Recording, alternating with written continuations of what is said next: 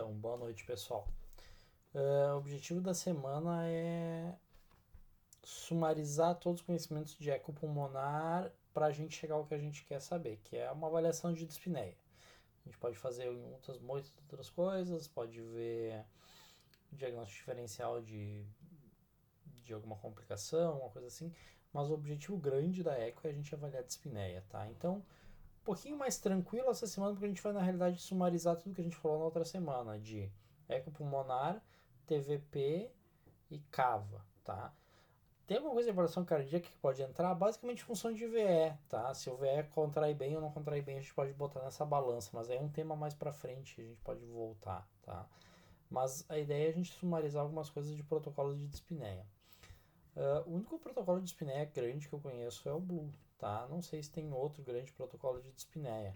O Point of Care também, quando ele for falar aqui de dispneia, ele vai citar as coisas do Blue. E ele cita exatamente os mesmos pontos que a gente já conversou, pontos 1, 2, 3, 4, ele bota exatamente a mesma definição aqui do que o Liechtenstein bota no protocolo Blue. O que é o protocolo Blue? É um protocolo amado por intensivistas porque ele foi criado na UTI para a UTI para a gente avaliar a dispneia, tá? Basicamente é isso aqui, tá? Se tu tem muito interesse no tema, eu te sugiro inclusive que tenha essa tabela, imprime ela e use aí nas tuas avaliações no mundo mais agudo, tá? Ele é feito para paciente com dispneia e paciente extremamente agudo. Então, UTI, tá? O cara chega na UTI, insuficiência ventilatória, vou entubar e não sei por que ele está em insuficiência ventilatória. Ele bota em grandes áreas, aqui é 1, 2, 3, 4, 5, 6 grandes diagnósticos, tá? Então ele acha que dispneia na UTI só tem 6 causas. E é provável mesmo que a grande maioria que cheguem só cheguem com essas 6 causas, tá? A acurácia dele é 90%.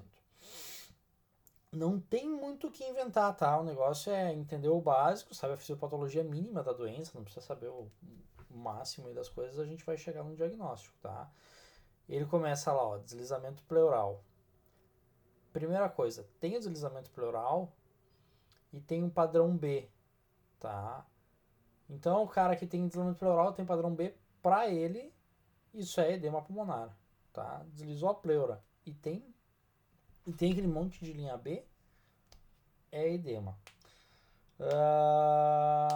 Ele não consegue dividir aqui entre SARA, resposta inflamatória ou insuficiência cardíaca, tá? E aí, por isso, eu gostaria de botar a cava nesse protocolo dele, que ele não bota, tá? Então, a cava poderia nos ajudar a dividir aqui, tá? Por quê? Porque quem tem uma resposta inflamatória sistêmica aguda, o cara tá sarado, tá ruim, geralmente esse cara tá com o intravascular dele depleto e tá chocado ao mesmo tempo, tá? Então a cava desse cara vai estar muito pequena. Ao ponto que o cara que está um edema agudo de origem cardiogênica, provavelmente as pressões dele vão estar altas em câmaras direitas.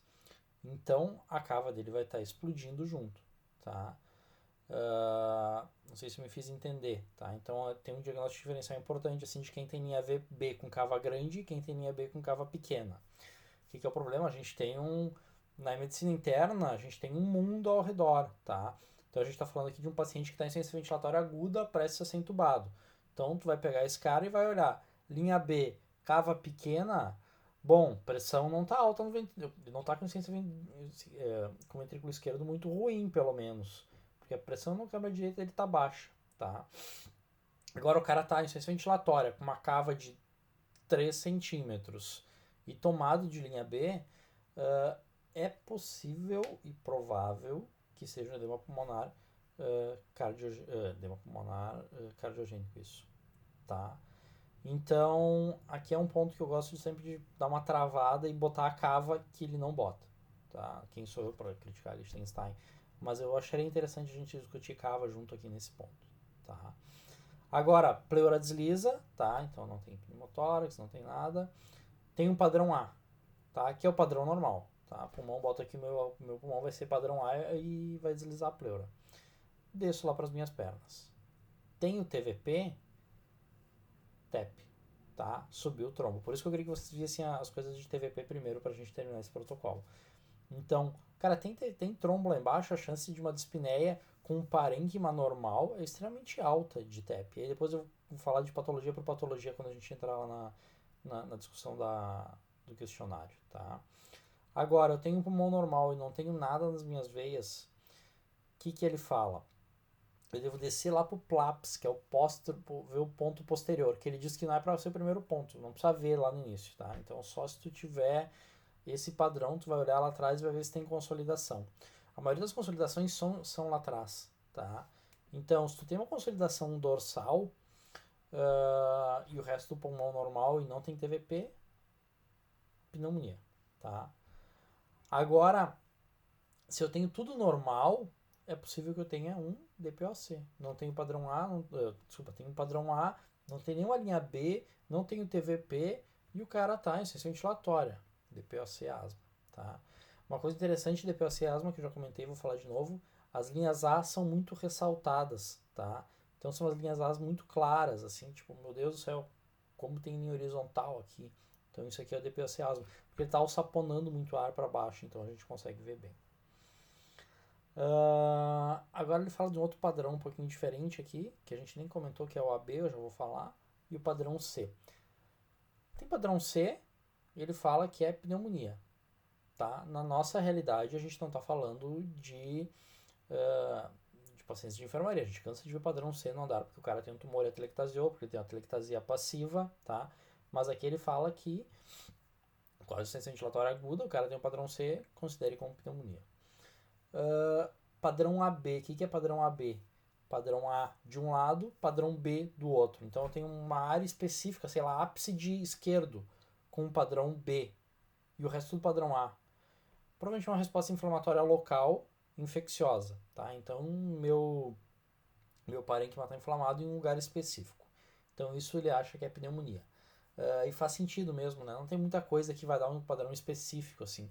Qual que é o padrão da SARA? O padrão SARA é linhas B meio esparsas, assim, meio perdidas, não são em todos os campos. Agora vem o que a galera se perde aqui, tá? Cara, não tem deslizamento pleural, isso é pneumotórax? Não, isso é pneumotórax se a gente tiver lung point, tá? Então, lung point e sem deslizamento pleural é pneumotórax, tá? É meio redundante lung point sem deslizamento pleural, mas pneumotórax tem que ter lung point. Agora, se a pleura não desliza e eu vejo linhas B ali, paradinhas, é uma pneumonia, tá? Minha pleura grudou ali em cima e aí não desliza, mas eu tenho umas linhas B para baixo, tá? Agora, eu não tenho deslizamento pleural e meu padrão é A, pode não ser pneumotórax, tá? Pode ser que eu tenha uma bolha, tá? Uma bolha encosta aqui na minha pleura, as pleuras encostam e eu tenho uma bolha aqui atrás, é padrão A, porque só tem ar lá para trás, tá? E aí eu me confundo, grudou ali as duas pleuras. Um monte de coisa inflamatória, tá? Tuberculose, o cara tem uma tuberculose e grudou as pleuras do cara. E ele tem um parênquima que não tem nada por baixo, tá normal o parênquima. Então, isso não vai ser pneumotórax, vou ter que pensar um pouquinho mais. Então, não botem uma agulha no cara só porque ele não tem deslizamento pleural. Botem uma agulha porque ele tem não tem deslizamento pleural e ele tem lung point, ou porque ele tá numa parada. Bom, aí caos, né? Vamos fazer o que der. Tá, agora eu vou entrar em patologias específicas de acordo com o nosso questionário lá do Slack, que daí fica mais dinâmico.